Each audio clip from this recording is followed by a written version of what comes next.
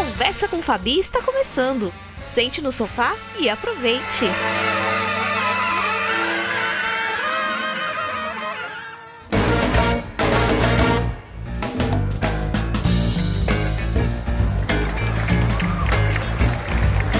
Olá, seja bem-vinda! A nossa conversa do programa de Fabi de hoje vai ser com um dos mais bem-sucedidos empresários que, com seu estilo arrojado, promete despontar dentre os jovens mais ricos do país.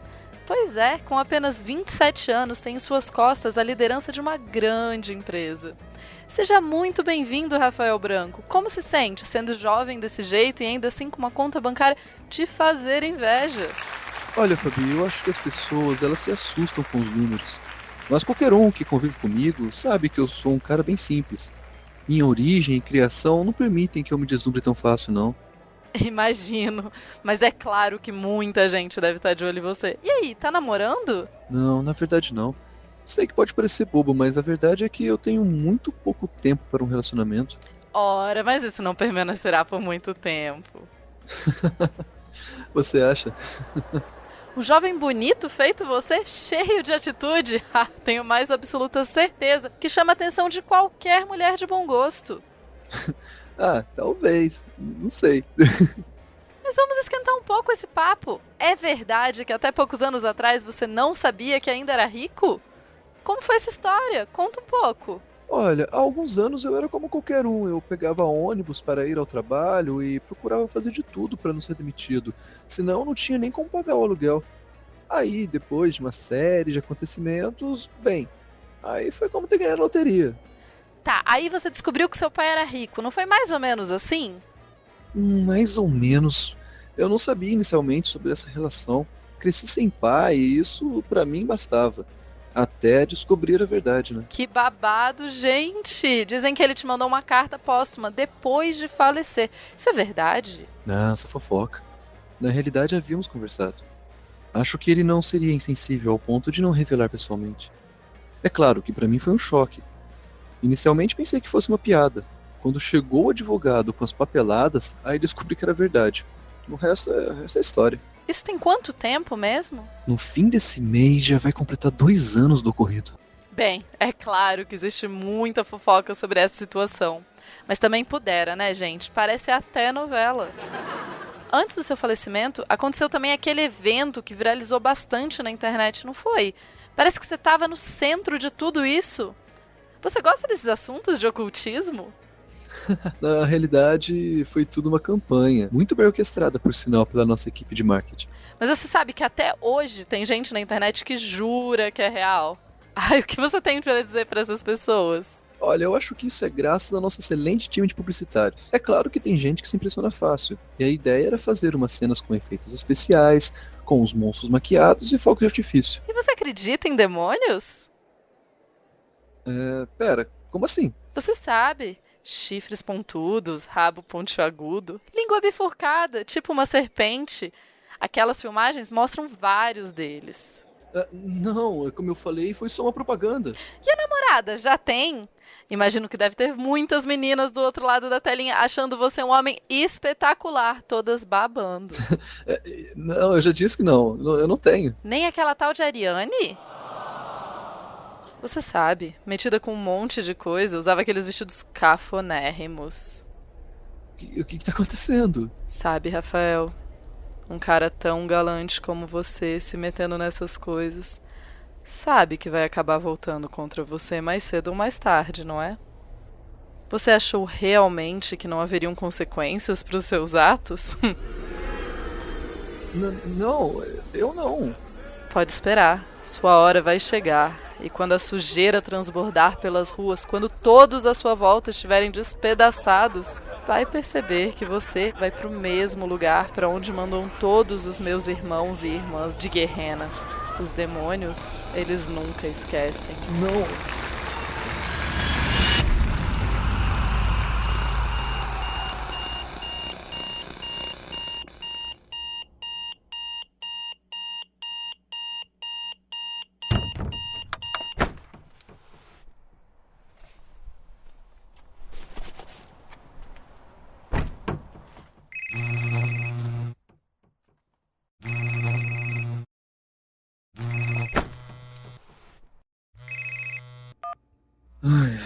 Quem é?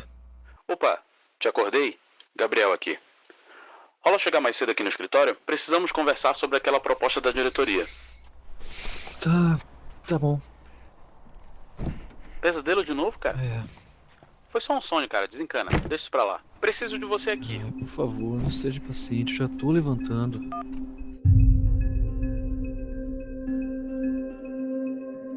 Depois de muita espera, muita gente me pedindo, finalmente a continuação de Calciferum estará entre nós. Dia 4 de outubro começa a campanha do Catarse e contamos com a sua colaboração. Recompensas incríveis. Semana que vem revelaremos o nome oficial do livro. E fiquem de olho em todas as nossas redes sociais. Você não pode perder.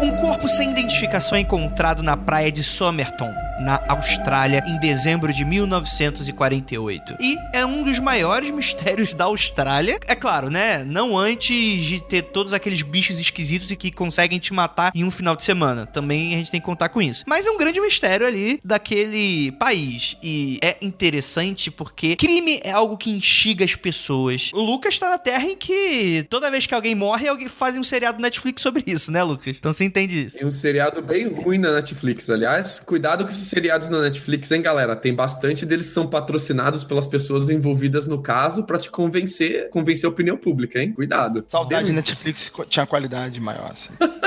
A Netflix tá virando, tipo, TV a cabo trash, né? Ainda bem que ainda tá barato. Por enquanto.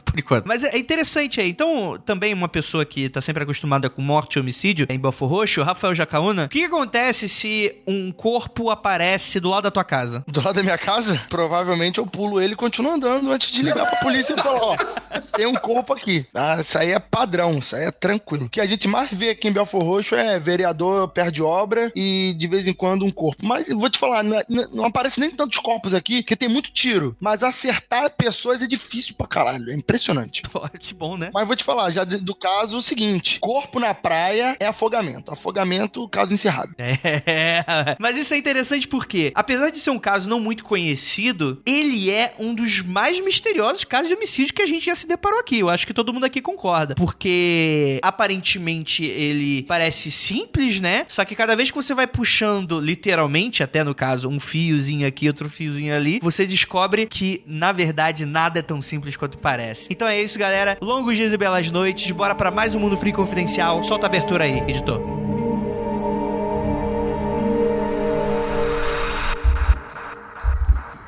Não há nada de errado com seu áudio.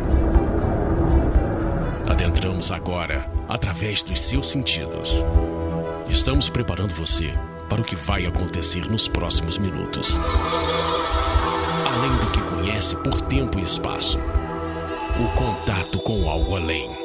Não conte para ninguém e nunca olhe para trás, pois este é Mundo Freak Confidencial.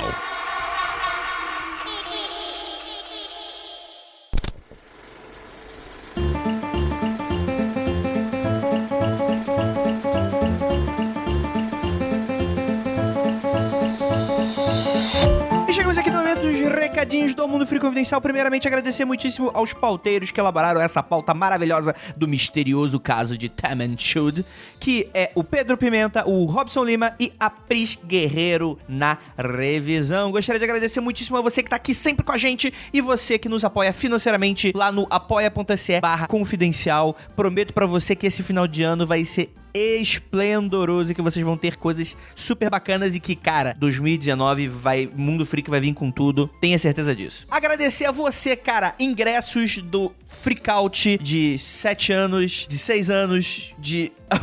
Eu sempre me confundo, seu... Ah, meu Deus do céu.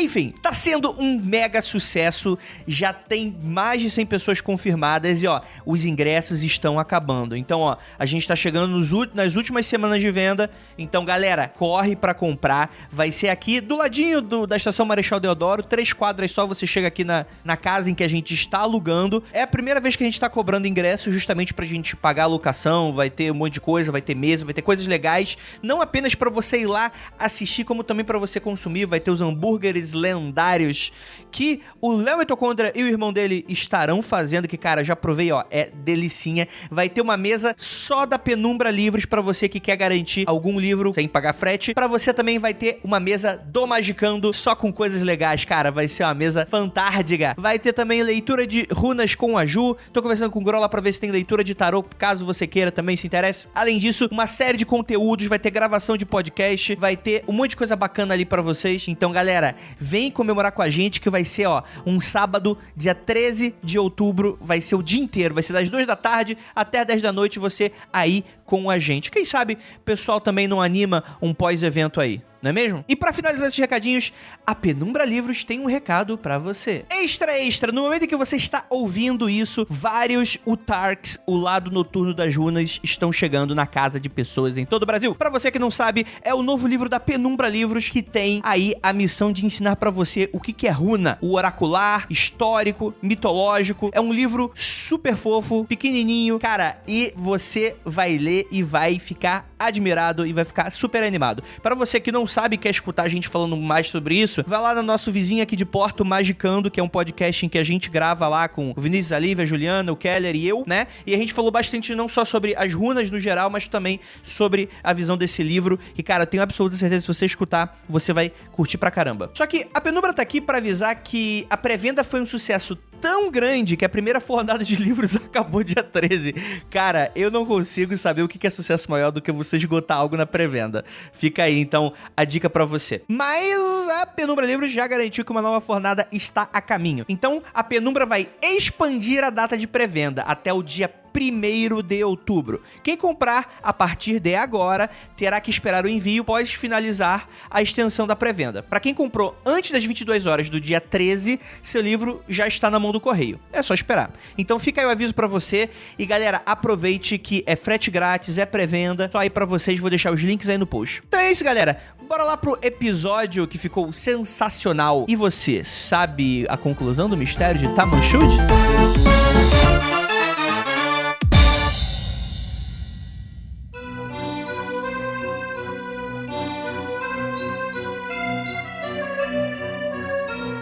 Na manhã de 1º de dezembro de 1948, o corpo de um homem é encontrado na praia de Somerton, em Adelaide, na Austrália. Por favor, não me façam piadas com o nome da cidade. O homem, ele estava bem vestido, barbeado, perfeitas condições físicas. Aparentemente, parecia até dormir. Não apresentava sinais que pudessem explicar as causas da sua morte. A polícia abre uma investigação, mas à medida que ninguém aparece para reclamar o corpo, os mistérios apenas se acumulam. Cada pista só leva a novas perguntas e becos completamente sem saída. Uma intrínseca trama com teorias que envolvem espionagem, assassinato, códigos misteriosos e até esoterismo. Não, faltou aí o melhor. Viagem no tempo. É porque, né, essas partes mais merda aí eu deixo pra você, Rafael, você sabe. Ah, para, esoterismo tudo bem, viagem no tempo não, né? Ah, mas esoterismo as pessoas podem atribuir coisas esotéricas, isso é normal. Se é verdade ou não é outra história. Tá bom, Andrei, tá bom. O corpo foi encontrado às 6 da manhã, 6:30 da manhã, numa quente praia de Somerton, em frente a Cripplegate Children's Home, em Adelaide, né, por um casal de moradores locais. E é interessante porque o pessoal tava lá passeando quando viram o corpo. Como é que foi isso, o Lucas? Traça aí um perfil do que estava acontecendo nessa manhã. Essa era uma manhã muito bonita, cara. Era uma terça-feira e às 6:30 da manhã as pessoas que estavam indo nos trabalhos que começam mais cedo, geralmente farmácias, hospitais, estavam todas andando através da praia. Somerton é uma praia que não tem muita construção, ela tem uma avenida que passa ali embaixo, mas ela não tem quiosquinho, não é que nem as praias do Rio de Janeiro que são feitas para turista, é uma praia normal, tem uma certa extensão de areia e tem ali perto do centrinho velho de Adelaide tem alguns comércios, né? E às 6h30 estariam os transeuntes que normalmente trabalham nesses comércios. Os que abrem mais cedo são as farmácias ali no local, né? Então as pessoas estariam chegando ao trabalho quando eles encontraram esse cadáver cheio de mosca, que já devia estar ali desde a noite anterior, né? E essas manhãs quentes nas praias da Austrália, normalmente as manhãs quentes são as melhores partes do dia, que ali pro meio-dia fica insuportavelmente quente. Então é normalmente quando a galera senta ali fora pra tomar um café, assim, antes de começar a trabalhar. Exatamente. O indivíduo aparentava ter entre 40 e 45 anos, era branco, de aparência britânica, né? Segundo termos, de aproximadamente 1,80 de altura, tinha uma constituição física formidável, com ombros e panturrilhas musculosos como de atletas. E isso é interessante, né? Porque isso aí dá pistas, né? Sobre prováveis origens que a gente pode colocar aí, né? Mas, Andrei, ele não tinha nenhum sinal que desse indício de trabalho pesado, como calos na mão e cicatrizes, por exemplo. Então, apesar dele ser forte, era uma pessoa que não fazia trabalhos manuais, né? Isso é importante. Nem aparentemente, então, ele malhava, porque geralmente quem frequenta academia pra ficar forte assim, tem evidente, ou usa luvas boas, ou a pessoa eventualmente fica com calos nas mãos também. Mas é 48, né, cara? Naquela época nem tinha tanta academia assim. Normalmente, quando é uma pessoa forte e musculosa, assim, é porque ela trabalha com trabalhos braçais, ou ela tem algum treinamento militar. Vale lembrar que 48 é logo depois do final da guerra, né? Então, tinha muita gente do exército, especialmente em cidades praieiras que tinham portos, né? Mas aí que você falou, né? Se ele também não tinha nenhum tipo de marca, dificilmente seria um militar, né? Militares costumam ser um pouco calejados, terem cicatrizes. É um cara que curte correr na praia, né? Mas o importante é que ele não tinha nenhuma marca que ao longe ou pros transeuntes justificasse morte. Ele não tinha sinal de vômito, não tinha sinal de convulsão, ele tava sentadinho, bonitinho, ele não tava todo espalhado, todo jogado. O único sinal mesmo que ele tava morto era o fato de que ele não tava se mexendo, já fazia um bom tempo, e tinham várias moscas, né? Tava começando a feder ali, pelo jeito. Sim. Mas o interessante é que você não tinha nada que denotasse uma morte de fácil compreensão, vamos colocar assim, né? Porque apesar de estar próximo da praia, não foi um afogamento, não haviam marcas de violência, então era até bem esquisito essa questão toda, né? A forma com que ele foi encontrado dá a parecer que ou ele morreu sentado, ou ele foi colocado ali de forma muito cuidadosa, porque eles encontraram o corpo seco, sem estar sujo de areia, ele tava vestindo roupas aparentemente caras, né? Que era uma camisa branca, gravata vermelha e azul, calça marrom, meia, sapato, extremamente polido, e ele tava usando um suéter tricotado marrom e um casaco cinza. E esse casaco e o suéter eram estilos europeus. E pra quem conhece a Austrália ali naquela região, é um lugar extremamente quente. Então você vê alguém ali de manhã de suéter tricotado e casaco cinza, chama impressão, especialmente de sapato polido na praia, né, cara? Sim, exatamente. E uma coisa que eu fiquei na dúvida é se a roupa é o estilo feita por medida, por isso que ela não tinha etiquetas, ou se ele retirou a etiqueta. Tudo que eu vi conotava que ele tinha retirado a etiqueta, impossibilitando a identificação. Mas eu não sei se era a tradução correta ou se as roupas tinham sido feitas sobre medida e não tinha etiqueta por causa disso. Eu fiquei com essa dúvida. A gente sabe que não tinha etiqueta, né? Agora, por que não tinha etiqueta, se foi retirado ou não, vale lembrar que roupa em 1948 não é que nem hoje, assim, que vem com etiquetinha de plástico, né? Aquela etiquetinha, normalmente, ela era costurada, né? O fato vestual também é que ele não usava chapéu, que era um fato incomum em 48, né? Especialmente alguém vestido terno. Obviamente, não precisamos dizer, eu acho, que ele não portava documento de identidade ou dinheiro, né? O que levou a polícia a acreditar inicialmente que seria um caso de suicídio. Sua arcada dentária não bateu também com nenhum dos registros analisados. Temos aí o início de um grande mistério. Olha que interessante, alguns detalhes que podem ser resgatados mais pro final do episódio, mas olha alguns detalhes também que foram achados com o corpo. Um cigarro não aceso estava atrás da sua orelha, enquanto outro fumado pela metade estava no colarinho direito do casaco, né? Isso é interessante, né? Alguns itens também foram encontrados em seus bolsos, entre eles um bilhete de ônibus de Adelaide para St. Leonards, em Glenelg, um bilhete de ônibus, né? Porque você comprar bilhete de ônibus. Também tinha um bilhete de segunda classe e não utilizado do trem de Adelaide para o subúrbio de Henley Beach, um pente americano de alumínio, um pacote pela metade do chiclete Juicy Fruit, um pacote de cigarros Army Club, contendo cigarros Kensitas, que é uma marca diferente, e uma caixa de fósforos Bryant e May. A parada de ônibus relacionada ao bilhete usado se localizava a 250 metros do lugar onde o corpo foi encontrado. Eu fiz um mapeamento aqui no Google Maps de qual seria esse trajeto, né? Do centro de Adelaide até St. Leonards, vai dar aí uns 15, 16 minutos de carro, usando a avenida principal, que eu acredito que é a avenida que já estava construída naquela época. E de Helen Beach ao centro de Adelaide, dá mais uns 15 a 20 minutos. É um pouquinho mais longe, assim. A parada é que, assim,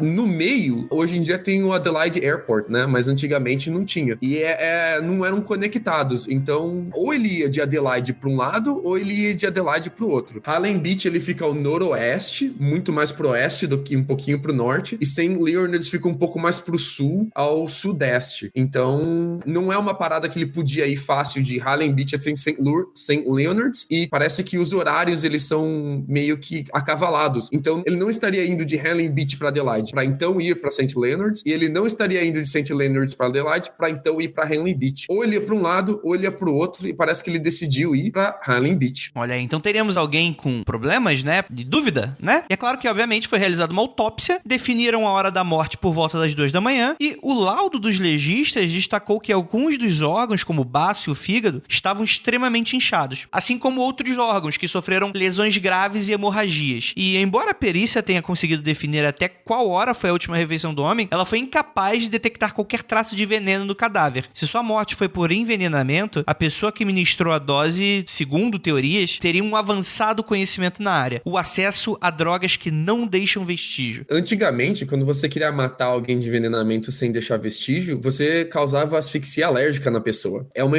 opção que você vai causar o envenenamento e vai parecer que é um alimento comum que a pessoa comeu junto ali com as refeições dela. Não vai parecer que é uma coisa própria para matar a pessoa. Só que para fazer isso, o assassino tem que conhecer bem quem tá recebendo a dose e tem que dar sorte da pessoa ter algum tipo de alergia nesse nível, né? Mas tem vários casos, especialmente em Londres, de pessoas da corte, da nobreza londrina, que foram assassinadas através de asfixia alérgica, porque envenenamento deixou muito na cara. Então, fica essa opção também. Mas olha, André, que legal. Parece que teve um casal que viu esse homem misterioso de noite no local onde ele foi encontrado de manhã. E parece que o casal teria visto ele esticando o braço, mas eles não têm certeza se ele estava esticando o braço mesmo, porque ele estava muito longe. O que eu vi foi que passaram testemunhos, não tinham falado números de testemunhos, falaram que viram um homem já ali na noite anterior, mas não sabiam se ele estava bêbado, se ele estava vivo, se ele estava dormindo, e não sabem nem se era o mesmo homem, mas tinha um homem ali com roupas parecidas com o tal, e possivelmente era o mesmo cara, mas não viram efetivamente que era o mesmo cara. É, uma cidadezinha minúscula no meio da Austrália, de noite, tem um cara que parece estar bêbado sentado na praia. Tipo, você não vai achar muita,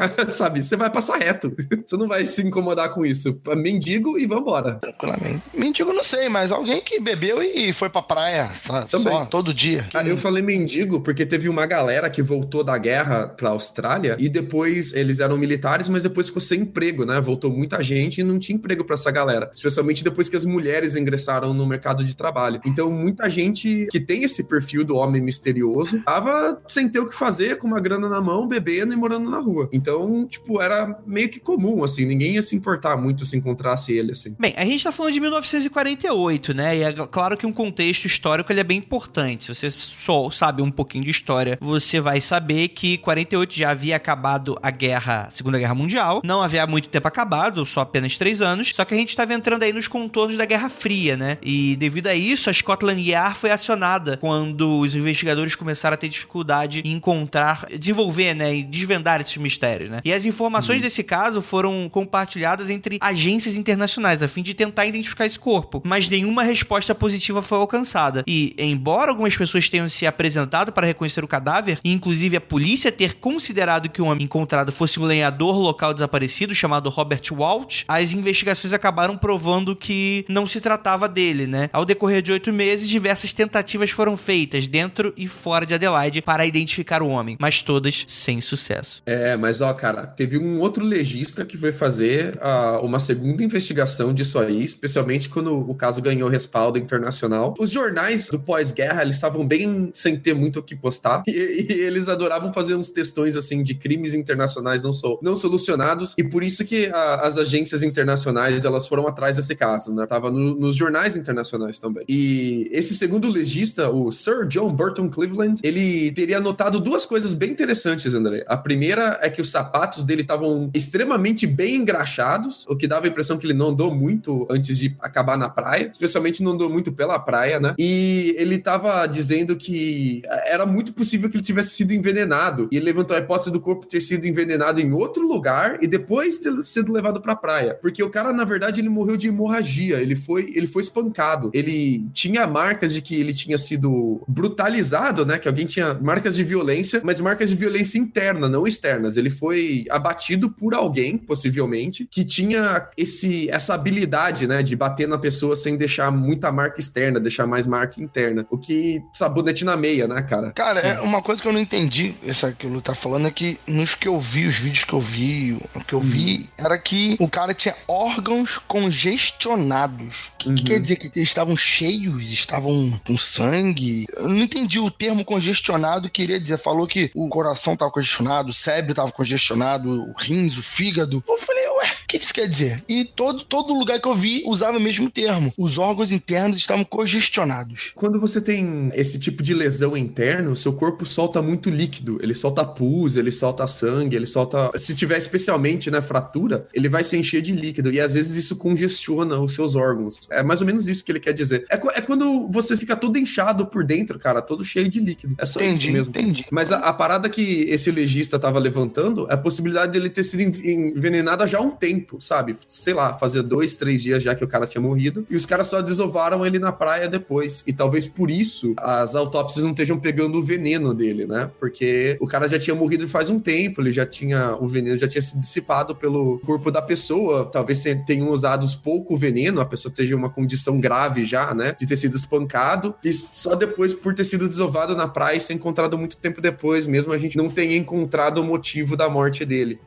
Tem uma coisa que eu vi em um dos lugares que eu pesquisei. Parece que o corpo dele não foi enterrado. Eita. O corpo dele parece que foi embalsamado para futuras investigações. As agências internacionais pediram para preservar o corpo dele, né? Então, além de fazer o costume de pegar o desenho, a foto e as digitais, os caras ainda fizeram o molde da arcada dentária dele e o molde do busto dele também, embalsamaram o corpo, porque eles estavam... A Adelaide é uma cidade pequenininha, cara, tipo, não tinha por que ela chamar atenção. De repente, ela chamou a atenção da imprensa internacional, aí eles começaram a tomar um tipo de cuidado, né?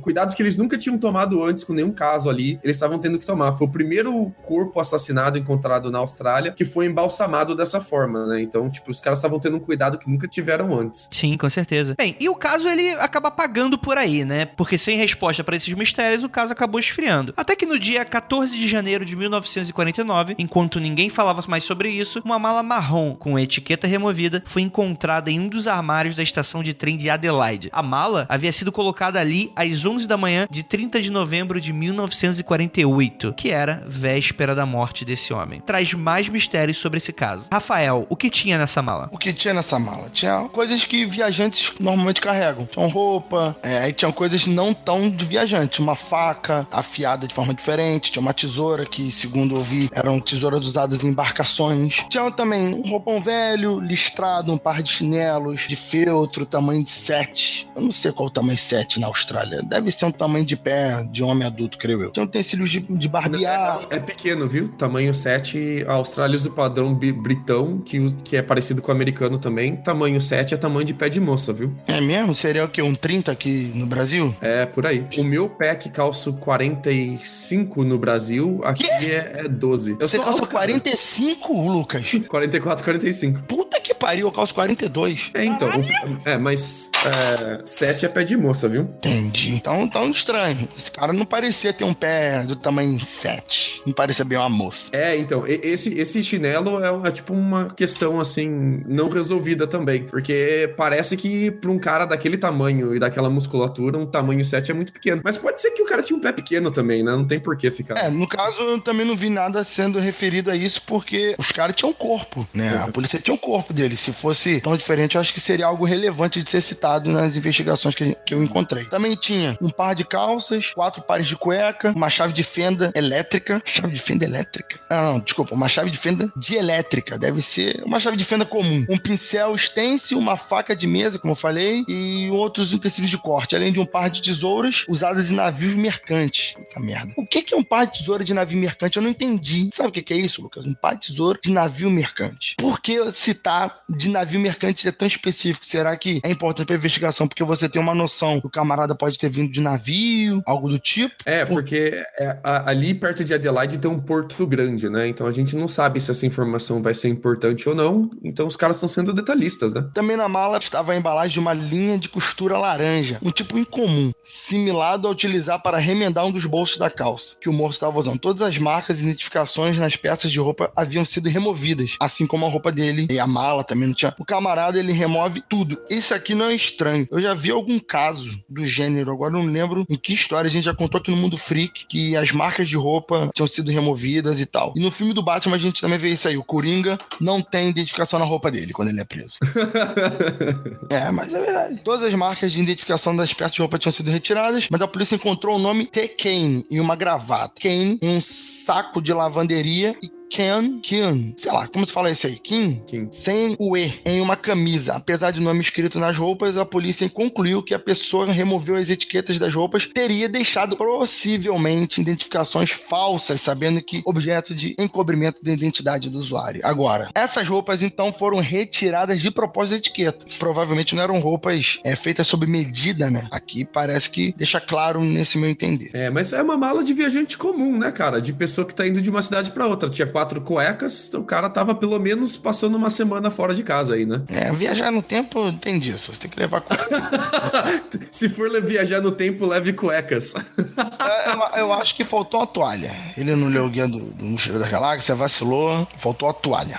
Isso é interessante porque aí a gente já consegue traçar algumas certas teorias, né? Não teorias ainda, mas a gente consegue umas evidências interessantes. Quer dizer, por que o cara, ele teria essa preocupação com retirar as etiquetas? Muito provavelmente é justamente para confundir as autoridades, né? Aí resta saber se ele foi morto, se ele não foi morto. Na verdade, resta saber um monte de coisa, né? O que ele tava fazendo lá, pra onde que ele tava indo, e por aí vai, né? Então a ideia talvez possa ser também do tipo, se alguém matou ele, será que não foi a própria pessoa que arrancou as etiquetas, que vestiu o cara de outra maneira, que deixou ali? Essa parada do cigarro é a coisa mais louca, né? Tem um cigarro na orelha dele completo e outro meio fumado no colarinho do cara, né? Então assim, dá pra ver que parece que uma mensagem está sendo dada, né? Ô Andrei, assim, eu acho que a gente vai deixar mais pra frente pra embasar nossas teorias quando a gente ler mais, porém essa mala me dá a entender que esse camarada, ele pretendia voltar. E a mala, como tá com um esquema parecido com as roupas dele, etiquetas faltando, coisa do tipo assim, parece que isso já era uma coisa dele mesmo. Se ele fosse só achado na praia daquela forma, talvez alguém tenha feito isso. Mas se a mala dele, ou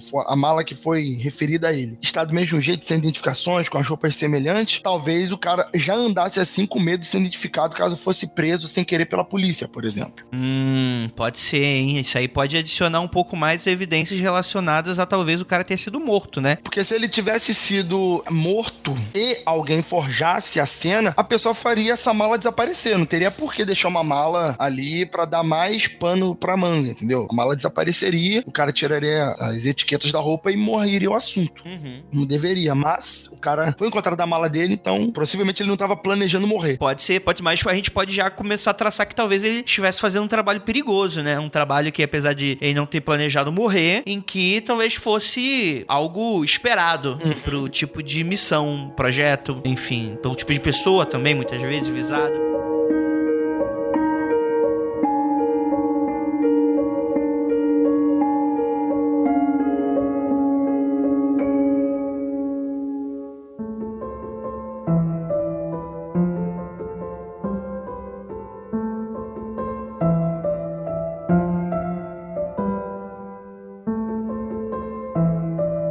Então, o único item da mala que parecia ter contribuído nas investigações, porque até ali tava muito louco, né? Foi um casaco que apresentava um rasgo frontal bem pequenininho, que possuía um desenho bordado. Os detetives, eles constataram que aquela peça de roupa só poderia ter sido produzida nos Estados Unidos, uma vez que apenas neste país era possível encontrar maquinário para tal costura. E considerando que a peça de roupa foi feita sob medida, o homem de Somerton, como foi conhecido, havia viajado para os Estados Unidos, ou alguém com exatamente suas medidas Petras havia comprado o casaco de lá. Os policiais, eles verificaram os registros ferroviários, já que eles acharam a mala, e chegaram à conclusão de que o homem desembarcou de um trem noturno que teria partido de Melbourne, Sydney ou Port Augusta. Os detetives, eles traçaram que o homem teria se barbeado, tomado um banho no prédio vizinho e no vestiário público, antes de retornar à estação, ele foi lá comprar um bilhete para o trem das 10h50 da manhã, que por alguma razão perdeu ou decidiu não pegar. Após voltar do vestiário público, ele deixou sua mala no guarda-volumes, partindo de ônibus para Glenelg. E aí a gente começa a traçar um pouco dos dias antes da véspera, antes da morte, né? Começa a ser traçado um pouquinho disso aí. Só que aí é que existe uma pequena reviravolta muito da louca, galera. Rafael Jacaúna, quem é Omar Khayyam? Omar Khayyam é um poeta iraniano, se eu não me engano. Não, iraniano não. Persa. Omar Khayyam, ele é considerado não só poeta, mas astrônomo e filósofo persa, né? E ele vai ter uma puta de uma influência ali nos pré-rafaelites, né? Pré o quê? Pré-eu?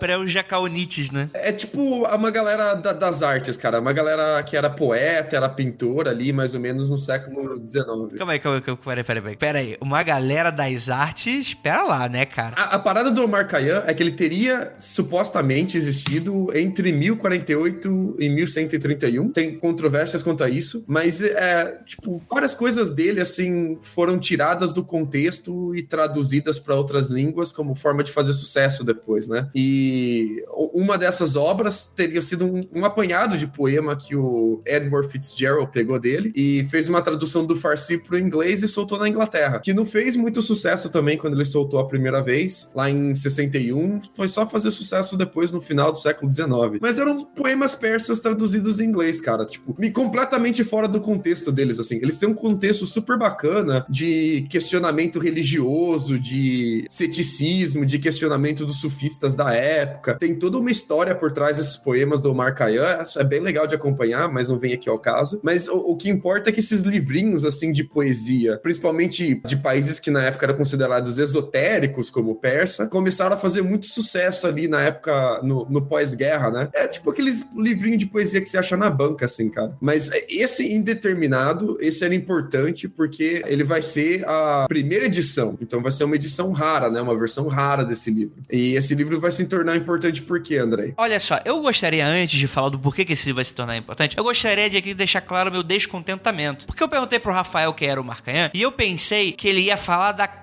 clássica entrevista do Omar Khayyam no Jô Soares, mas ele não fez isso. A minha investigação não chegou nesse nível de achar o Jô Soares entrevistando o Omar Khayyam, não, entendeu? Mas como eu disse, eu sabia que era o nome de alguém no Brasil, cara, mas eu não consegui ligar o nome da pessoa. Estou decepcionado comigo mesmo. Esse Omar Khayyam do Brasil, Rafael, é um charlatão que ali, há umas décadas atrás, não há muito tempo atrás não, ele dava esse golpe que ele falava que ele sabia várias línguas, era super matemático, super filósofo, super viajado, e ele é tipo... ele era um charlatão, cara, pagando de monge. Tipo, e ele Olavo de Carvalho. Nossa, a galera vai ficar pistola. Mas, tipo, ele era daqueles que mentia muito sobre o conhecimento dele. Ele dizia que sabia muita coisa que ele não fazia ideia. E ele foi subindo de entrevista em entrevista até ele chegar no Jô, cara, e ser mostrado em rede nacional pelo Jô. É uma figurão, assim, cara. Veja essa entrevista no YouTube. Coloca lá, Omar Khayyam, Jô, entrevista no YouTube. É de chorar de rir, cara. E é muito engraçado que depois que esse cara foi desmascarado, assim, foram perguntar pro Jô, pô, Jô, você não se ligou não, cara? Que o Jô é nessa pegada metida intelectual, né? Aí o Jô falou, não, é claro que eu me liguei, né? Deu pra perceber da maneira como ele falava, não sei o que lá. Eu vou meter essas historinhas, beleza, cara, tudo bem. Tinha uma lábia esse cara. Mas voltando aqui no caso, Andrei, uma revasculhada ali das evidências em 49, descobriram um bolso secreto escondido na calça do cadáver. Eita. E dentro desse bolso secreto, cara, um bolso secreto, veja isso. Reparem, calma aí, reparem. Foram fazer... Lembra que eu disse que eles não enterraram o corpo? Então eles foram reexaminar as roupas daquele cara, né, que evidentemente já estavam separadinhas e tal, e descobriram uma nova informação, que era um bolso secreto. E aí, Lucas? Então, nesse bolso secreto tinha um pedacinho de papel enrolado com as palavras Taman Shud, que seriam palavras em persa. Essas palavras em persa, elas têm mais ou menos significado ali de fim ou terminado. famoso The End no final do filme. Quando você termina a obra de arte em persa, você coloca ali Tamam Shud. Por que teria um pedacinho de papel escrito o fim no bolso escondido do cara? Ninguém sabe. Mas a galera foi descobrir depois, fazendo um exame mais detalhado, que esse pedacinho de papel teria vindo de um livro de poemas do Omar Khayyam, chamado Rubaiyat, que é um livro que foi traduzido pelo Fitzgerald. Não, mas calma aí. Antes disso, a gente precisa falar de como foi encontrado esse livro, né? Que tem isso também, né? Uhum. Aí que fica misterioso. Porque até então era só um pedacinho de papel no bolso escondido do cara, escrito o fim. Exatamente. E a polícia, cara, ela ficou em polvorosa com isso e ela começou uma investigação mundial pra ver quem tinha o livro da qual esse pedacinho pertencia. Então os caras começaram a soltar essa notícia por tudo quanto é canto. Eles já tinham identificado que o Rubaiyat era uma possível origem desse pedacinho de papel, mas eles não sabiam se era realmente do Rubaiyat. E eles começaram a entrevistar dezenas de pessoas trazendo livros em persa pra eles, dizendo, olha, tem um livro parecido, que tem isso daqui no final, mas não conseguiam descobrir quem era o cara. Eu achei interessante que parece que eles chamaram alguém de Melbourne, capital da biblioteca pública, e os especialistas da biblioteca pública sabiam que o papel, que essa frase era usada nesse tipo de livro, identificaram o livro e falaram qual era o livro. Então eles procuraram por um livro específico. Eles encontraram o livro específico depois que esse cara da biblioteca apareceu, e eles foram capazes de identificar exatamente qual livro veio por causa da arte do livro. Ele tinha um estilo de caligrafia, uma arte muito específico, assim, que era do Rubaiyat mesmo. Então o cara da biblioteca olhou para aquilo e falou, cara, isso daí vem de um Rubaiyat. E aí os caras começaram uma busca global para ver quem tinha um Rubaiyat, faltando um pedacinho no final. Não, calma aí. Aí os caras perguntaram, Ruba quem? Aí o cara explicou, até explicar e tal. E aí tiveram essa caça ao livro, né? Só que é interessante porque, cara, como é que você vai achar um livro em que tá faltando... Isso é quase uma Cinderela, né, cara? Mas olha só, eu pensei justamente nisso, a dificuldade de, hoje em dia, você rasgar a página de um livro e procurar um livro e ter, 10 mil edições desse livro. Só que, como é um livro muito raro, de um tema muito específico, eu tenho quase certeza que ele não deveria ser popular, ainda mais na década de 50, não deveria ter 1000 edições por aí de bobeira, sabe? O livro em si era, mas não a primeira edição, porque aquela parada que eu falei, o Fitzgerald tinha feito essa tradução e não fez sucesso no começo. E tinha lançado lá na Inglaterra isso daí. As edições que foram fazer sucesso mundial depois, que esse é tipo um livro de bolso de poesia, cara. E estourou, ele tinha muita cópia disso, mas não da primeira edição. Mas a arte desse livro era muito específica, né? Hoje em dia você pega um livro qualquer, ele vai estar ali em uma fonte genérica.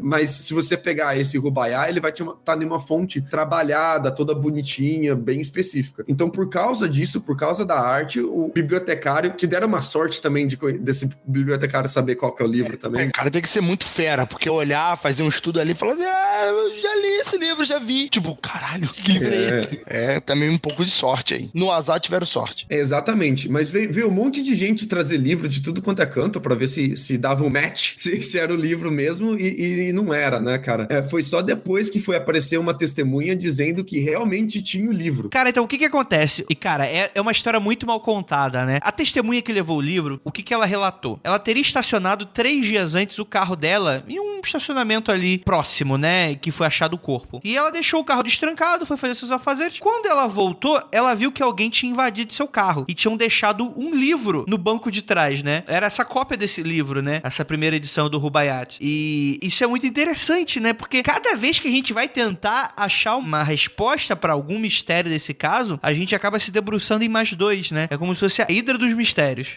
Cara, eu vi em alguns sites, eu vi 3 vídeos um pouco diferentes. Em 2 vídeos, eles citam o livro do carro, mas em todos eles citam que o cara achou o livro e não diz. Em 2 dos vídeos, ele cita que ele achou o livro, mas ele não sabe como invadiram o carro. Isso dá a entender o quê? Que o carro estava fechado, normalmente, e ao verificar, o livro estava lá atrás. Do jeito que você falou, né, ao meu entender, parecia que alguém arrombou o carro e deixou o livro lá. Do jeito que esses sites relataram, parece que o cara viu que invadiram o carro dele porque o livro estava lá e o carro estava trancado. Ah, é? Há diferenças. Algumas fontes elas vão falar que o carro estava trancado e o livro misteriosamente apareceu lá dentro. Isso. E outras fontes vão dizer que a testemunha contou que esqueceu o carro destrancado e ela só foi se dar conta que esqueceu o carro destrancado na hora que ela entrou no carro e achou um livro lá dentro.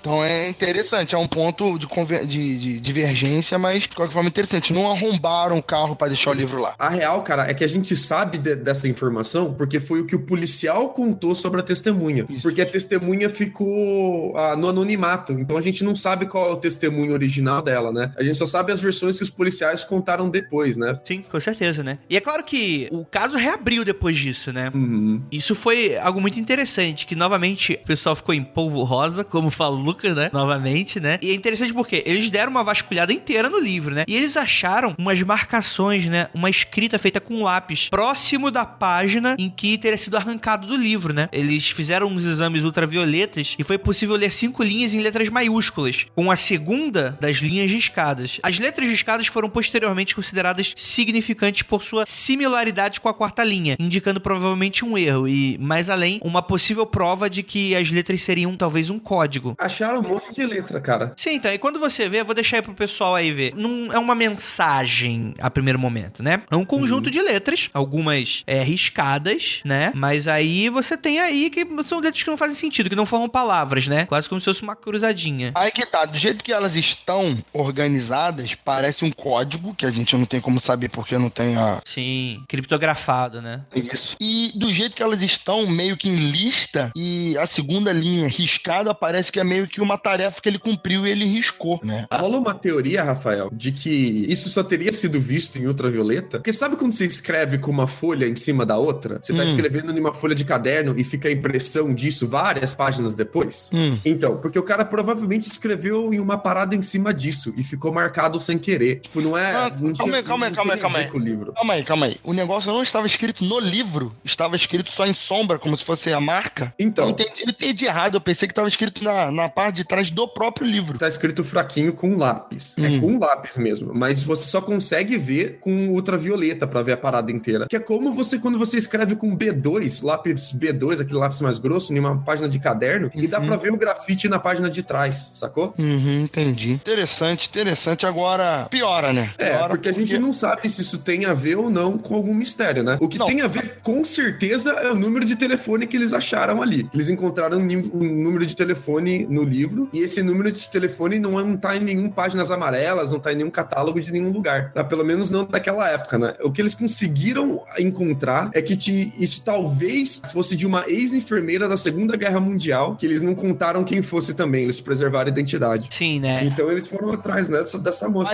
Mas não é nesse livro que a palavra do papel rasgado encaixa direitinho? Sim. É nesse livro. Esse é o encaixe, é o match. Só que eles queriam agora encontrar o dono do livro. Exato. Sim. Porque eles suspeitavam que o dono do livro era o assassino que matou o cara, né? Porque o cara tá com um pedaço do livro no bolso escondido dele e tá faltando essa página no livro, né? Então conclui-se que possivelmente o dono do livro matou o cara. Ou é o cara, né? Exatamente. Bem, a gente não sabe muito bem como é que funcionou essa investigação para essa misteriosa enfermeira. A gente só tem informações do que foi divulgado pela mídia. E segundo a mulher, ela era dona de uma cópia desse rubaiante, mas em 45, em Clinton Gardens Hotel em Sydney, deu de presente a um tenente do exército chamado Alfred Boxall, que serviria então a seção de transporte de água do exército da Austrália. E até aí a gente não sabe quem é esse cara, né? A gente só basta especular quem é ele, né? E de acordo com as informações divulgadas pela mídia, a mulher divulgou que depois da guerra mudou-se pra Melbourne e se casou. Ela teria até recebido uma carta desse tal Boxall, mas ela acabou respondendo: cara, me casei, é isso aí, a fila andou. Parte pra próxima, né, cara?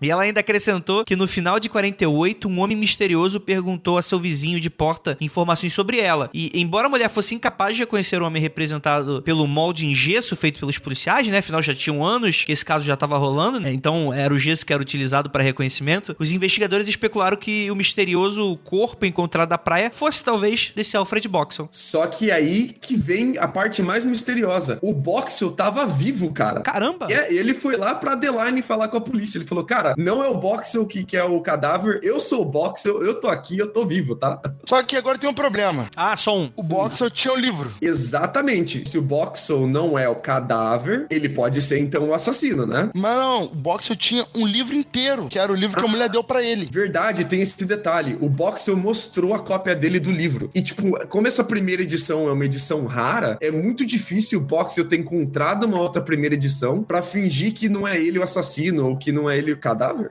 Mas, tipo, a mulher deu pra ele esse rubaiá e ele ficou com esse rubaiá. Então a cópia dele do rubaiá tá intacta, não tá com o tabuchude faltando. Agora, aí que ficou o negócio. Presta atenção, ouvinte. A mulher foi encontrada, supostamente pela polícia, e aquela cópia ali do livro, acharam o livro, tá? Que tinha a última página, tinha a palavra rasgada. Aí naquele livro tinha aquelas anotações e encontraram o número da mulher no livro. Aí encontraram a mulher disse que tinha dado um livro desse pra um cara chamado Boxel e procuraram o Boxel. Acharam o Boxel tinha o livro que a mulher deu pra ele. E não era o mesmo livro que foi encontrado dentro do carro, que tinha as coisas escritas. E agora? O livro são 2. E pelo que eu entendi, se é o livro que a mulher deu pra ele, provavelmente a dedicatória que ela fez, o número dela tal, estava no livro do Boxel. Então você tem 2 itens que deveriam ser um.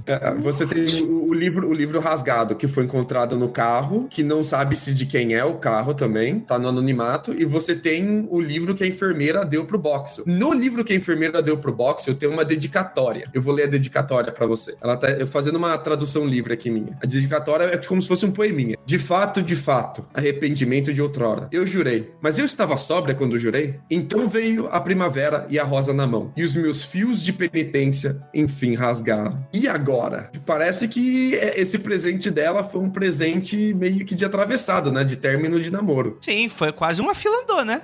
Essa mulher tá mandando a fila andar faz tempo já, né? Pro Boxel, o Boxel não se toca. Mas perguntaram pro Boxel o que significava essa dedicatória e ele falou que não queria dar muito detalhes sobre isso, mas não que tinha nada a ver com o morto, né? Com o defunto. A gente já começa aí a traçar algumas coisas, né?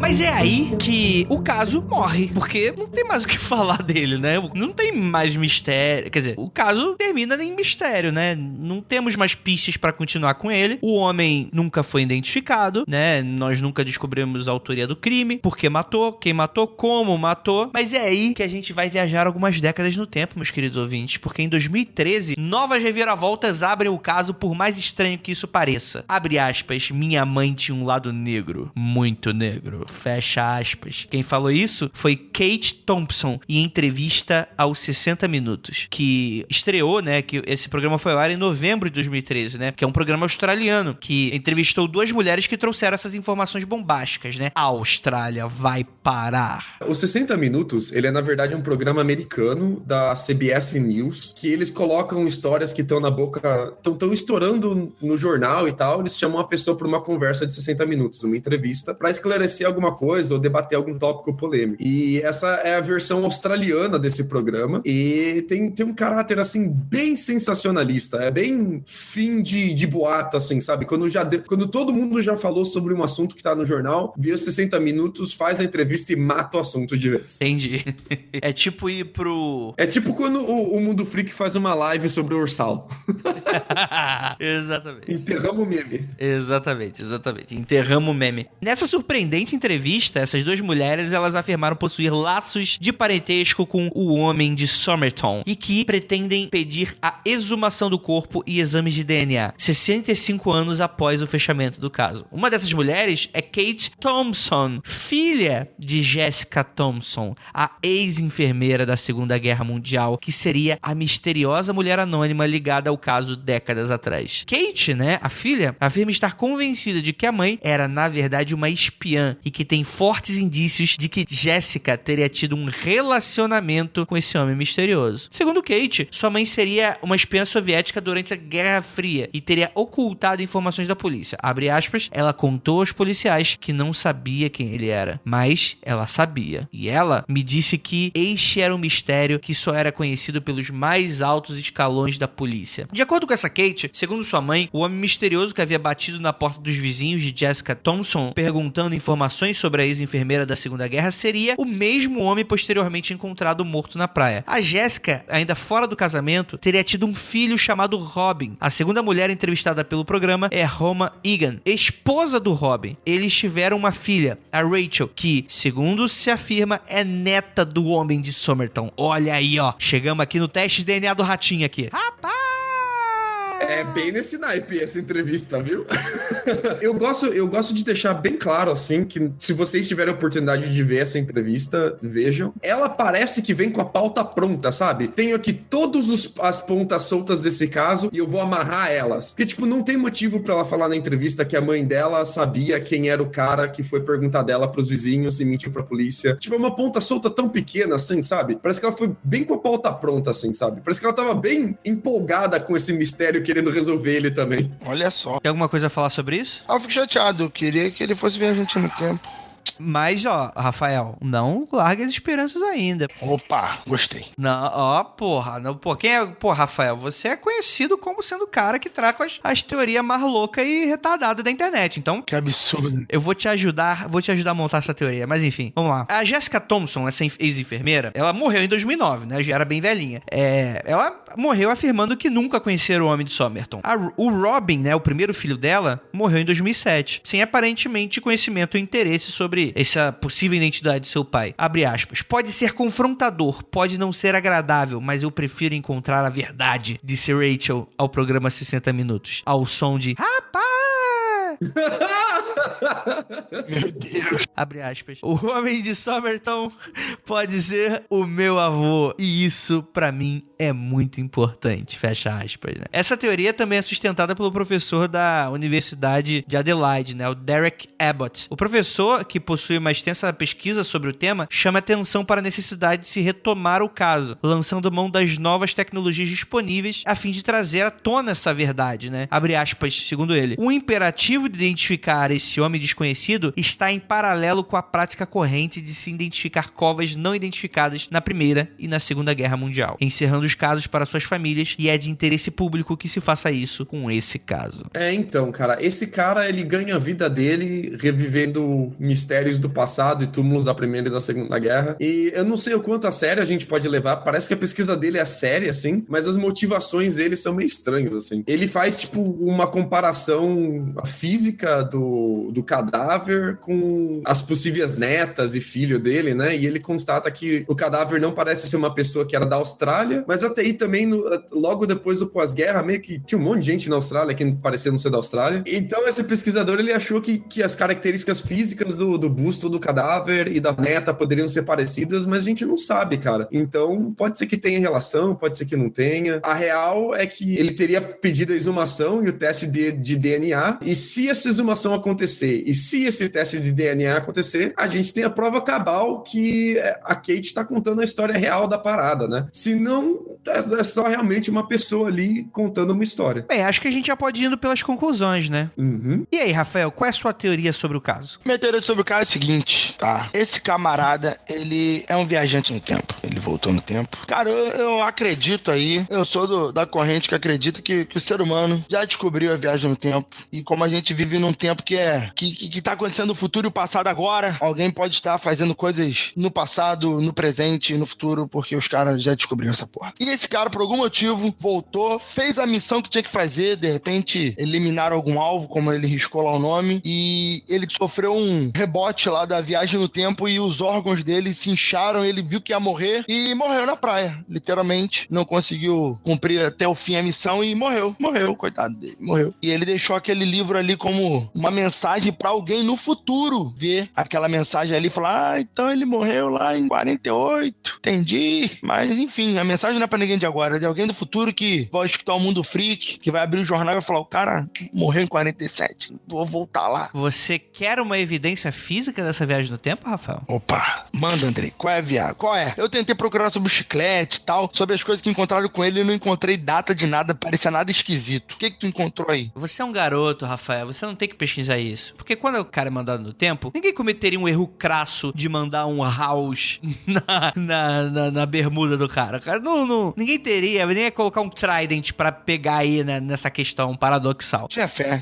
Mas existe aí um grande paradoxo evidenciado nesse caso, que é o seguinte, Rafael. O livro. Exatamente. Porque existem 2 livros nesse caso. Então, claramente é aí fruto desse paradoxo. O livro inteiro é o livro antes da viagem no tempo. Então, estava em posse de alguém, e aí, logo depois da viagem, talvez pelo assassino, não sei, talvez pelo próprio homem de Somerton, não sei também, mas esse cara tentou se livrar da evidência jogando na porta traseira de alguém desconhecido, e tentou se livrar dessa forma. Mas estamos aí, o mesmo objeto ao mesmo tempo no lugar. Então, isso aí é com certeza uma evidência de viagem no tempo. Tá feliz, Rafael? Eu tô ótimo, eu tô maravilhado, porque é mais ou menos isso. Eu não sei exatamente por que tem 2 livros, talvez o fato dele ter morrido com os órgãos inchados aí não foi veneno, mas como eu disse, foi um efeito colateral da viagem, sabe? Tipo, sei lá, os 12 macacos, algum filme desse aí que o viajante no tempo tem algum rebote. Então, e o livro acabou duplicando e efetivamente, como teve esse paradoxo, ele sofreu o efeito físico e eventualmente tinha pouco tempo de vida e morreu. Morreu antes do que ele queria, antes do que ele poderia fazer suas missões e se fudeu. Lucas, sua teoria. Eu acho que é o seguinte, tem algumas coisas que a gente tem que dar como fato. Uma delas é, o cadáver não é o Boxel. Então, viagem do tempo ou não viagem do tempo, não seria o Boxel que viajou no tempo depois e... Não é o Boxel não, é alguém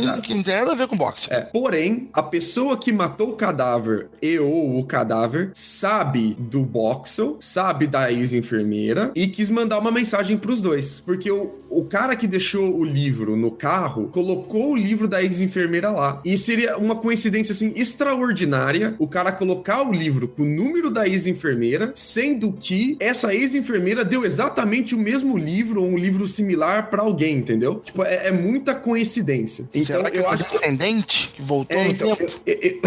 Evitando um pouco a explicação da viagem no tempo, eu acho que a gente tem como concluir aqui, dá pra dar como fato que a pessoa que deixou o livro no carro tava mandando uma mensagem pra ex-enfermeira bem clara. O que eu não sei aqui é qual é dessa ex-enfermeira, se a história da Kate sobre a ex-enfermeira ser a Jéssica é de verdade ou não. Não vejo por que... ela ser espiã. Aí também ela já tá indo longe demais. O mistério de cada vez, né? Eu não sei, eu não sei nem se é a Jéssica mesmo, ela já tá falando que a Jéssica é espiã e que tem toda uma conspiração, tipo, um passo de cada vez. Eu acho que a gente sabe que uma mensagem foi passada, tava no bolso escondido por um propósito específico, mas eu gosto de deixar aqui que talvez a mensagem não foi passada pelo assassino, talvez a mensagem foi passada pelo morto.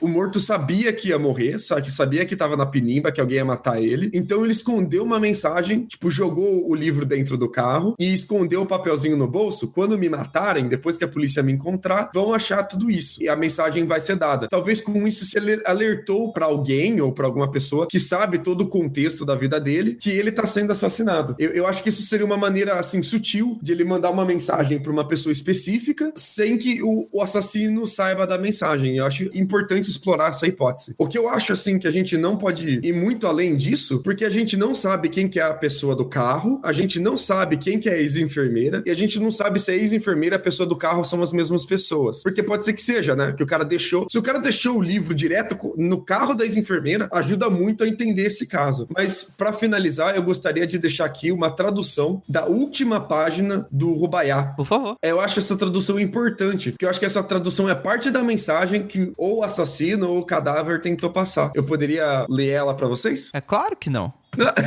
A última página tá escrita assim, ó. Ó lua que eu gosto tanto que não sabe entrar em crescente, a lua do paraíso crescendo de novo. É tão difícil de vê-la dessa forma no jardim eu vou em vão. Para quando você passar com seus pés de brilhantes pelo gramado de estrelas espalhadas, apreciando a sua caminhada e encontrar o ponto onde eu fiz então virei um copo vazio. Esse poema, que eu traduzi de forma bem porca aqui pra vocês, ele é importante porque a forma com que ele acaba deixa entender suicídio. Então eu tomei virei um copo vazio. E ele fala sobre um jardim e fala sobre o paraíso, que dá a entender que seria um jardim do paraíso. E ele fala sobre estrelas espalhadas, onde seria o céu. E o gramado seria então o paraíso no céu, né? Então dá a entender que ele tá dizendo que que ele tá se matando, tá tomando veneno agora em um vidro vazio, deixando um vidro vazio porque ele tá tomando veneno, se matando, e ele vai encontrar a pessoa pra qual ele deixou essa mensagem no paraíso, no céu. Então, tipo, parece que a pessoa que deixou essa mensagem, o Tamansud, tava deliberadamente dizendo, olha, essa é a minha carta de suicídio, te encontro no céu. É uma interpretação poética do caso, que tem tudo a ver com poesia. Ah, sei lá, do jeito que você leu a interpretação poética, eu entendi de forma literal. E de forma literal, não tem vidrinho nenhum perto do cara. Não tinha nenhum potinho, não tinha nada, só tinha uma refeição no estômago dele e um veneno tão mundano, assim, vamos dizer, perícia ali da cidade talvez teria encontrado vestígio de veneno.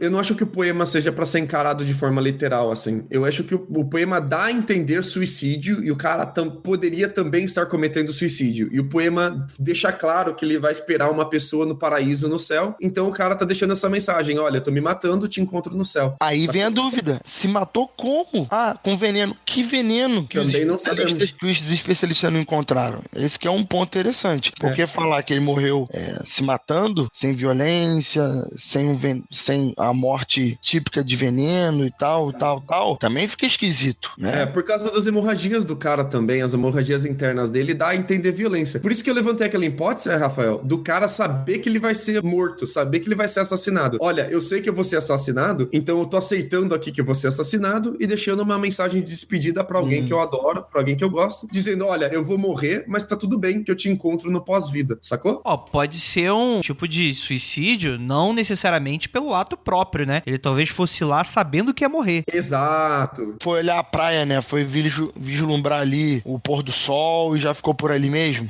Não sei se o pôr do sol é ali, entendeu? Mas já foi ficar por ali na praia porque ele gostava de praia. Porque no futuro não tem praia. Praia do futuro é destruída. Rafael, ele foi cumprir uma missão que ele sabia que era muito arriscada. Se você cumprir uma missão que você sabe que você pode não voltar, o que você faz? Você já escreva a carta de despedida. Já deixa a carta de despedida pronta. E esse poema é a carta de despedida dele. Talvez fosse isso. Pode ser. Então ele não escreveu previamente antes de saber que ia morrer. Ele escreveu previamente antes de ir pra missão. Ele escondeu ali o papelzinho antes de ir pra missão. Pode ser isso, né? Muitas perguntas, poucas respostas. Sabe o que podia fazer? Agora é uma parada que ninguém aqui vai fazer, mas eu pensei nisso, eu espero que alguém que investigue isso já tenha pensado. De talvez associar os números ou aquele código com páginas do livro, sabe? Esqueci o nome desse tipo de código. Eu espero que alguém tenha feito a galera isso. Se debruçou bastante em cima desse código e ninguém... Eu acho que a galera deve ter tentado isso, né? Bem, cara, eu acho que apesar disso tudo, eu acho que ainda suicídio...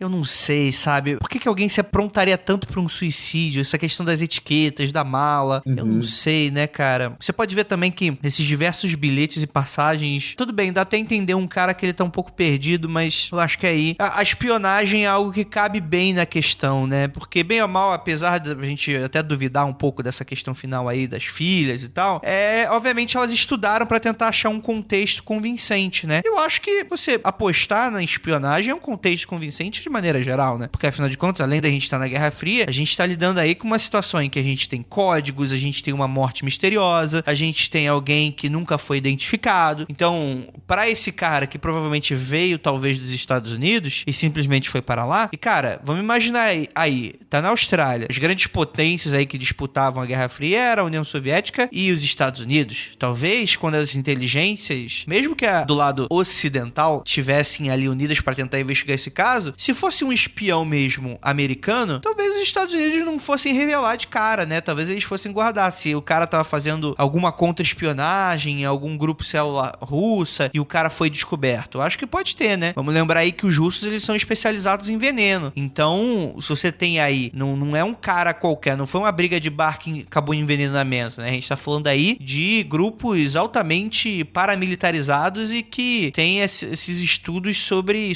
veneno, né? Russo, cara, é isso aí, é veneno, né? Então eu acredito que possa ser algo nesse sentido, né? Talvez o cara foi pego em uma noite, né? Mataram ele envenenado, tentaram tirar o máximo possível de evidências, só não pegaram a mala, porque provavelmente esse cara devia ser mesmo espião, então como espião ele talvez tivesse aí uma rotina em que ele colocava diversas pistas, né? Em que ele sabia que ele estava lidando com documentos que não podiam ser pegos, então ele deixava trancado uma mala, fazia um negócio, destrancava e pegava pra outra parada, voltava a trancar. Eu acho que faz sentido, né? Faz sentido também o cara tá viajando tanto. Olha, comprar passagem pra cá ou pra cá, dependendo do destino, vão me dar uma mensagem aqui e eu vou saber pra qual destino eu vou. Eu acho que isso faz completo sentido, né? Vamos lembrar também que pós Segunda Guerra a gente pode não estar nem falando talvez de espionagem no sentido bélico da coisa, né? Mas talvez aí algum mercado negro, né? Vamos lembrar aí que Segunda Guerra a gente vai ter essa questão dos objetos de arte, não só do período nazista, mas que os próprios nazistas confiscaram, né? Muito dessas artes sumiram e foram parar no mercado negro. Mas uma das coisas que mais me deixa intrigado nisso é que ninguém conhece o cara. E tudo bem, se o cara for um espião americano e tal, provavelmente os arquivos podem ser deletados e tal, mas ninguém conheceu o cara, ninguém. Os arquivos dele não existem, o cara é digital. Tudo bem também que a década de 50 eu não sei exatamente o nível de precisão de uma busca policial na época. Mas esse que é o lance. Não tem um tio, um vizinho, um cachorro velho, ninguém até hoje, até pelo menos essa moça falar que é filha dele, neta dele, identificou o cara. Puxa, ele vida. também não é dali, né? Não, mas foi procurado em bancos de dados de outros países, porque se o cara tinha... A Inglaterra foi consultada porque o cara tinha um estilo inglês e tal, foram consultados outros lugares e não tinha nenhum tipo de informação. Eu acho isso Ou tinham informações que não convinham passar, né, cara? Imagina se pede lá pra Interpol. Ei, vocês sabem quem que é esse morto aqui? E os caras, puta merda, nosso agente secreto morreu. Sacou? É por isso que eu acho que o cara veio do futuro, só que ele caiu no lugar errado. Caiu na Segunda Guerra Mundial e fez a missão dele e tá preso aqui. Está preso, tá esperando o bonde de volta. Beleza. É, cara, muitas possibilidades. Exatamente, né? E eu acho que aí temos um crime perfeito, né? Nunca descoberto. Nem a causa, nem quem era a vítima, nem quem era o assassino, nem como, nem porquê. Crimes perfeitos não deixam suspeitos. Esse aí levou ao pé da letra. Beleza, então, gente. Muito obrigado por todos vocês ficarem até aqui. Obviamente temos um mistério. E você, ouvinte, tem alguma teoria? Deixa aí agora, nesse momento. Gostaria muito de agradecer a participação do Rafael Jacaúna, do Lucas Balaminuti, e gostaria de lembrá-los que nesse momento não olhe para trás.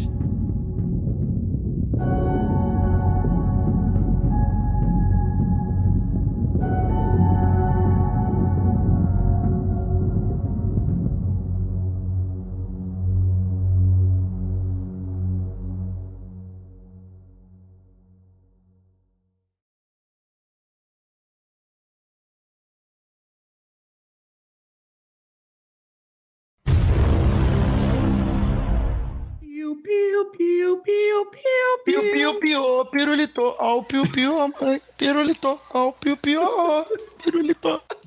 Caralho. Quem já chupou, não chupa mais. Quem já chupou, não chupa mais. Você pode pedir, se quiser ter muito mais. Você pode pedir, se quiser ter muito mais. Se for vermelho, é de morango. Se for amarelo, abacaxi. Vambora, gente, vambora. Não, Eu tô absorto, né, com esse momento aqui, né? Porque eu tô acostumado com o Keller, com o retardado Luca. Agora você é a primeira vez, né? Ai, caralho. Beijos pra quem ficou até o extra, né? Caralho, Então... em off aqui rapidão. Eu tava vendo o Google, aquela parada do Google de você colocar o homenzinho na rua e poder ver as coisas como se estivesse na rua andando. E tava vendo a praia, né? E o cara do Google foi debaixo do pier. Tem tipo, o cara mapeou a parada inteira debaixo do pier, onde os mendigos dormem. Caralho, cara. Que trabalho. Tá bom, vamos voltar aqui? Esse Crippled Children's Home é um orfanato de crianças com... Como é que eu falo isso em português sem ser ofensivo agora? Não dá. Com defeito? Com defeito, claramente não. Crianças... Crippled é com defeito, cara. Não, mas não é. Não. Criança com defeito, Lucas, você tá louco? Aleijado. É um orfanato de crianças... Não! Aleijadas? Não! Aleijado não! Você tá louco, cara? Não! Não é assim. Não! Deficiente! Não é deficiente. É deficiente. Ah, é deficiente? Então beleza. Ô, Lucas, olha só, Lucas, só porque tá em inglês não vai traduzir essa porra ao pé da letra não, cara. Você não pode botar o nome do orfanato de crianças defeituosas. O orfanato das crianças defeituosas. Cara, que... É o filme da Netflix. É o filme da Netflix. Enfim. Exatamente. Caralho, velho. Então, vamos lá de novo. Mas que ele parecia com a Rachel. Quem que é essa Rachel? Aquela do Friends. Ah! Caralho, velho. Apareceu uma Rachel na pauta, do nada. A Rachel é ex-enfermeira, não é? Não, essa é a Jessica. Ai, caralho. A Rachel não é a neta, não? Não, essa é a Kate. Então não sei. Tu quer a filha? Não sei, cara. Eu vou falar a filha aqui, vamos que vamos. Eu poderia ler ela pra vocês? É claro que não. Calma aí, rapidinho. Só falar um negócio aqui que eu estou surpreso. Tá dentro do debate do governo do estado do Rio de Janeiro, eu não sabia. Olha aí. Não olhe para trás. Verifique o bolso secreto da sua bermuda. Pode ter... E verifique aquele bolso secreto dentro da sua cueca. Caralho, cara. Porra, bicho, tá... Cara, tu abre empresa aqui, cara. Tu compra um time de futebol com a Red Bull. Rafael Futebol Clube. Rafael Jacaúnas Futebol Clube, né? Unidos do Jacaúna. Unidos do Jacaúnas. Aliás, já virou escola de samba. Beleza, gente. Vocês já sabem como é que tá agora o novo estilo de gravação. Então vamos puxar. Tu já não gravou, seu arrombado? É que eu imitei meu filho, desculpa. Tudo é não. mundofreak.com.br